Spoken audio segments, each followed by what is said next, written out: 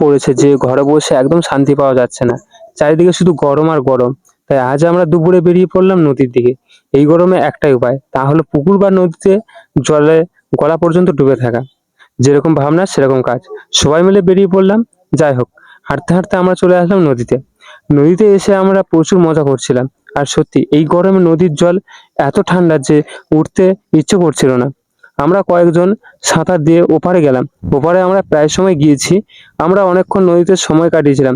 বেশ ভালোই লাগছিল। খুব সতর্কভাবে আমাদের থাকতে হয়েছে, কারণ যেটি ঘাটে কিছু ধারালো বস্তু আছে, অন্যমনস্ক হয়ে গেলেই পা কেটে যেতে পারে। আমি অন্যদের সাবধান করতে গিয়ে দেখি আমারই পা কেটে গেছে। একটি রক্ত বেরিয়েছিল, যাই হোক খুব একটা বেশি কাটেনি। এখন আমরা চলে যাব বাড়ির দিকে। সময় অনেকক্ষণ হয়ে গেছে। এক এক করে আমরা সবাই নদী থেকে উঠে পড়লাম। তবে আজকের ভিডিও কেমন লাগলো অবশ্যই কমেন্ট করে জানাবেন।